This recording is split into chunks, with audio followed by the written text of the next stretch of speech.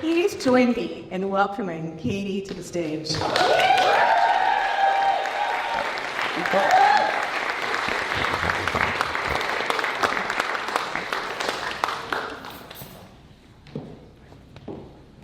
So, there's this woman in the garden.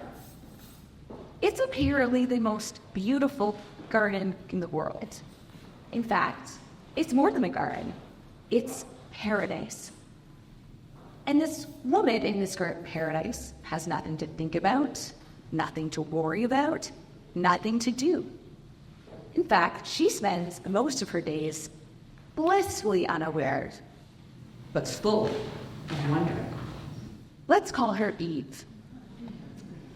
She spends her days wandering under a lush green canopy of sycamores and willows and ponderosa pines, taking in the fragrant, sweet air. She is mesmerized by the contrasting and vibrant colors, the orchids and the water lilies, and the sweetness of the strawberries and everything that grows on the vine.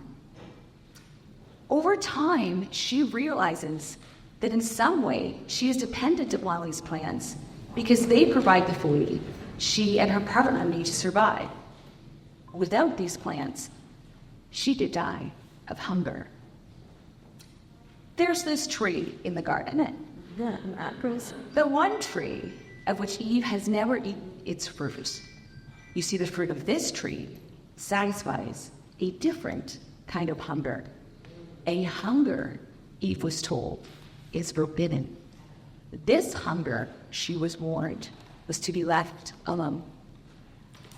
And while she's meant to be blissfully unaware and content, I mean, what more could a woman want? She's in paradise with a man. She starts waking up, really waking up to her curiosity of the world around her. She's curious about her body and its relationship to these plants, and their connection to this ball of heat and ball of light, say, govern daytime and nighttime. She wants to know more about her place, not just in this garden of paradise, but in the world. And she becomes very aware of a new hunger growing inside of her, a hunger for knowledge. She's been warned, though, that if she eats the fruit of that tree and gains its knowledge, she would die. Over many more cycles of daytime and nighttime, and just looking and observing, because what else can she do? She starts to notice the subtleties of the seasons changing. She notices the regenerative process of darkness and light and death and life and rebirth that are happening all around her and in her. And she notices that death almost always brings new life. And so she hypothesizes, maybe this death brought on by eating this fruit could actually bring new life. And by now, her boredom in paradise and her hunger for knowledge are so strong that Eve understands if she doesn't eat this fruit, she could die of hunger. But it wouldn't be a physical death because she's not trying to satisfy a physical hunger. It would be a death that would awaken her to her consciousness because she is dying to know. Even though she can't stay in this garden forever, that there has to be something better than paradise. So burning her creator, Eve gives herself and all of humanity what it needed to be liberated. She takes a bite. I'm starting with Eve's story because that's one of the most ubiquitously told and known stories globally. Although you probably haven't heard it the way I just told it. Because I think it's fair to say that women's stories have been intentionally defamed throughout history. What if we were to tell the truth and acknowledge their contributions, as I just did with Eve's story? I'm acknowledging her hunger for knowledge and her courage to know. What if we were to celebrate that truth and build upon her truths and the truths of other powerful women and apply them to our present day and to our future? What kind of people would we be? what kind of world would we be living in? I think we would cultivate an environment where all people could access and actualize their full potential. And I think we would be living in a world grounded in partnership and collaboration. So what do I mean when I say women's stories have been defamed? Well, let's talk about Eve a little bit more. In mythological terms, Eve is embarking on a classic hero's journey. Only her journey is not celebrated.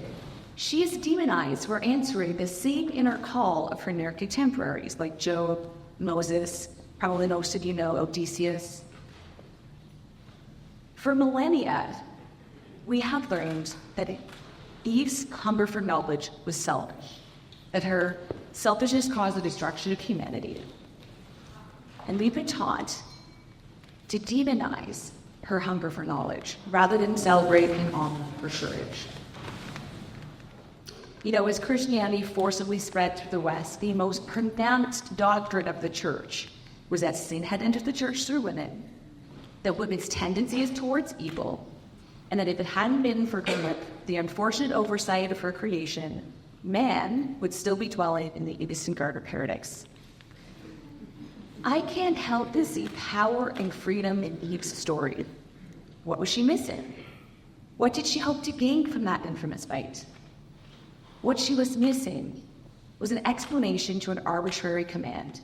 When Eve takes a bite, she changes the rules of the garden and becomes it only momentarily like a god, knowing and having knowledge. And what if that story had been told? When we see Eve as a hero, not as a villain, she gives us power to step into our knowing.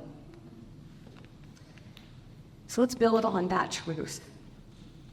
There's Lot's wife, whose compassion could have changed everything. There's Joan of Arc, whose prosecutors largely focused on her choice of clothing. Has anything changed for women in covered life since the 15th century? When they could have focused on and celebrated her brilliant military campaigns. Or how about recognizing her as the first publicly litigated non-gender conformed person? Where would we be along the spectrum of understanding all forms of love and gender expression if their stories were told? And the Queen of Sheba. History has shown that the Queen of Sheba was one of Africa's greatest queens, far surpassing her contemporaries in wealth and wisdom. I mean, her entrance into King Solomon's throne has inspired imaginations for 3,000 years. And the best we can come up with is invoking her name to call a woman out for knowing her worth. Who do you think you are? The Queen of Sheba? How would history have unfolded if a Black African queen had been lauded for her wisdom and not defamed because of her looks? And Jezebel. You hear about Jezebel? Yeah. Any of you we call Jezebels, you're my people. Jezebel was a woman who came into her marriage wielding her own political power. She was a Phoenician princess raised in the goddess tradition where she was valued and seen by her community. She was educated, autonomous, and probably trained in sacred sexual rites. She married a Hebrew king, making her a queen, and they often ruled together in tandem. He came from a culture firmly rooted in patriarchy, yet he allowed her to erect temples to her goddess, to practice her sacred sexual rituals, and to share them with their people. The king's inner circle disapproved of her political power, and they did not like the new religious and cultural synthesis that was starting to emerge. So while their marriage was actually a really smart political, military, and training alliance, the religious and cultural chasm was just too great. Jezebel had to be discredited and dethroned. The fastest way to discrediting her is where she was most vulnerable, her sacred sexuality. So while her role was primarily one of political power and influence in ancient Israel, her legend, her legacy has been defamed by the Jezebel moniker, used to label women as bottle, promiscuous, and whores. What they did to Jezebel continues to happen to women today. 3,000 years later, we use morality to shame women and strip them of their power.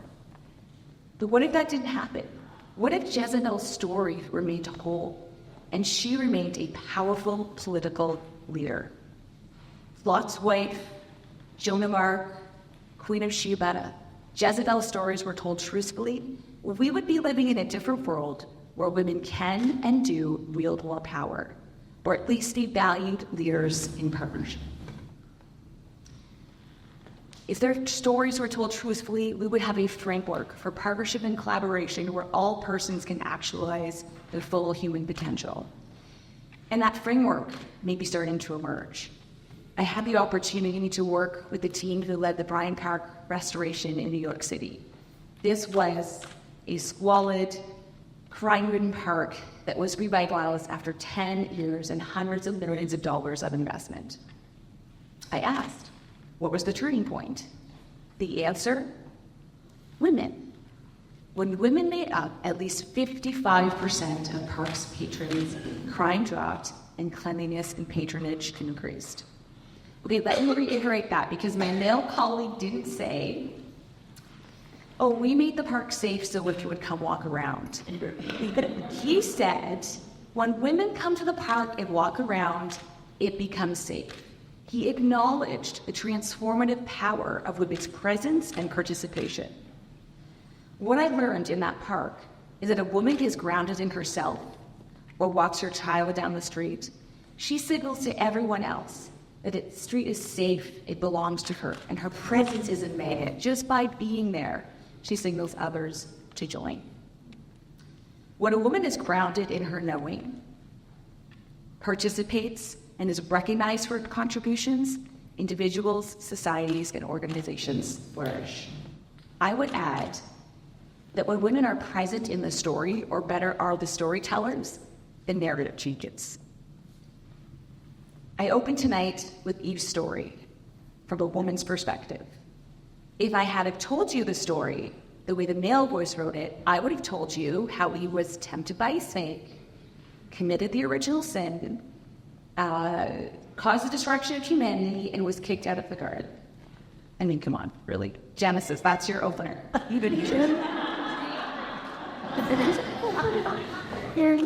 For millennia, we have learned and retaught the male version of her story.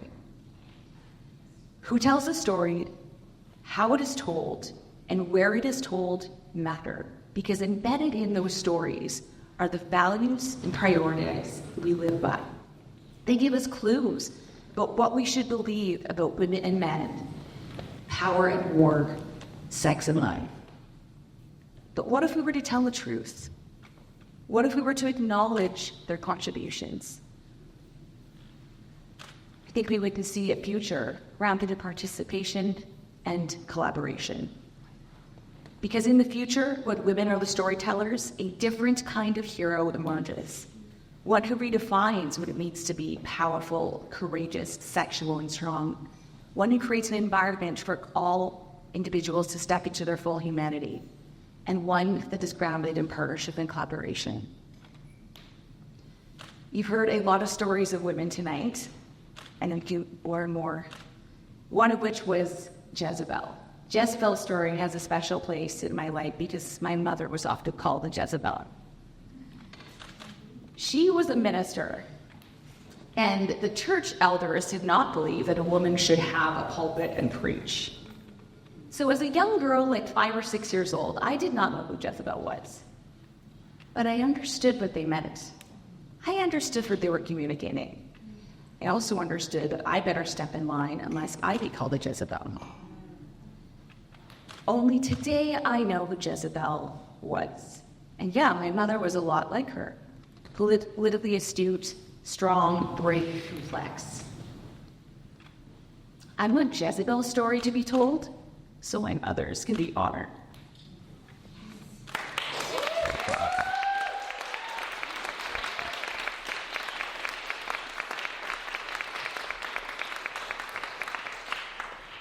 This exhibition tells the stories of 9 women, There's so many more stories to tell, but their stories have been used to trivialize and ridicule women. I commissioned these works because their stories are our stories. We all have a story.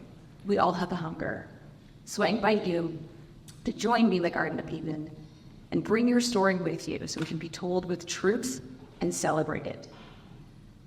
And by joining, we invite others to join and share. And just like we saw in Bryant Park, we can transform the world around us. Thank you.